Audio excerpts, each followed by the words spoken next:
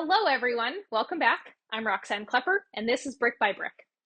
A couple of months ago, we talked about the zoning bylaw changes for the city of Red Deer, and we touched on house suites, aka basement suites, aka secondary suites. If you've been listening to my videos, you've heard me go on and on about our low inventory in real estate and how the vacancy rate is also very low. So, due to that, house suites have become more in demand than ever. So if you're thinking about purchasing your first rental property with a secondary suite, or you have a home and you want to turn the basement into a suite, this one is for you. Let's dive into everything basement suites. So many names, so confusing. For ease of understanding, I'm going to call them basement suites today. So if anyone from the city is tuning in, let's pretend I said house suites, okay? First things first, there are only two kinds of suites: a legal suite and a legal non-conforming suite. Let's do legal first. What is it? A legal basement suite holds all the development permits from the city of Red Deer. To do that, it will need to meet criteria such as fire separation, a smoke-tight barrier between suites, egress windows in the bedrooms. Windows must be 540 square inches. If the window opens into a window well, it must have 30 inches of clearance. Ceiling height must be a minimum of 77 inches. Separate entry. This one's self-explanatory. Smoke and carbon monoxide alarms. Also self-explanatory. Independent heating and ventilation. Each suite must have its own heating and ventilation system for fire prevention. Zoning. So we know basement suites are allowed in any RL zoning now, as well as in some duplexes with approval from the city. Concentration limits. The number of basement suites in one area is limited to 15%. So you can check on the city's website to see where you're at with it. Parking requirements. Suites with 2 or less bedrooms need 3 on-site parking stalls, and 3 or more bedrooms require 4. These must be on the lot. They can't be on the street, but they can include garage spaces, gravel parking pads, and driveways. Each parking site, has a size restriction, okay? A house with a legal basement suite is a fantastic add to any rental portfolio.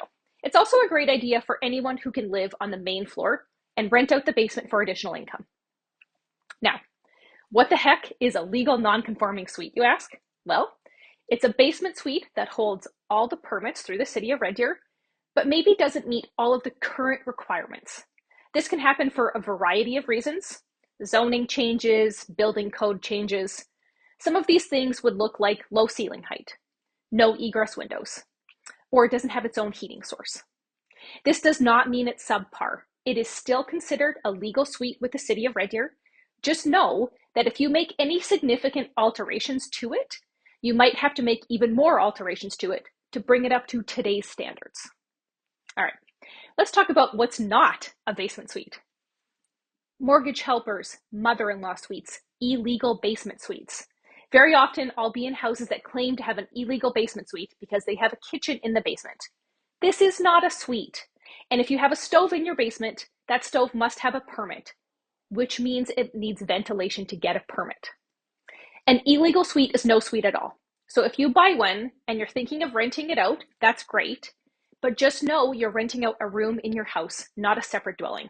There are insurance and building code safety issues at hand here, all right? So we know the difference between a legal suite and a legal non-conforming suite. We also know that an illegal basement suite is no suite at all. So next up, maybe you want to add a suite to an existing home. What does that look like?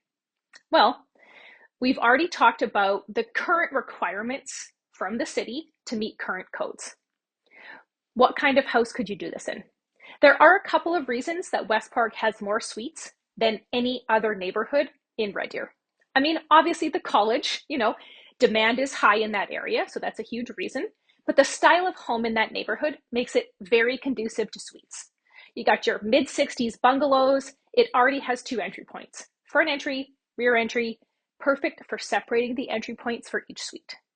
You take your newer style bi-levels, where the rear entry point is the back deck going into the kitchen in 99% of those layouts.